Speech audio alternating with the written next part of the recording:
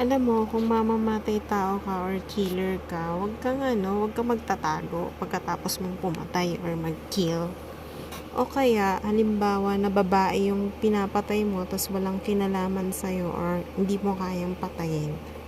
Huwag kang maghahanap ng kakampi na kung sino-sino.